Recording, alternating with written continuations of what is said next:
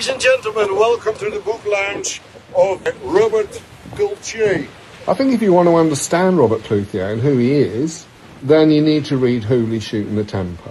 As we say in the Netherlands when we give a body back to the sea, it's 1, 2, 3, I mean, this is a story about a bunch of anarchists who set sail into the North Sea on a hopeless mission to record an album. Musicians, inexperienced sailors, including 2 young twin girls, pursue the northern lights on an unfit boat, seeking inspiration and to solidify friendship, only to find neither. As the band splits in acrimony, 3 do sail on, but vanish mysteriously in the tumultuous North Sea.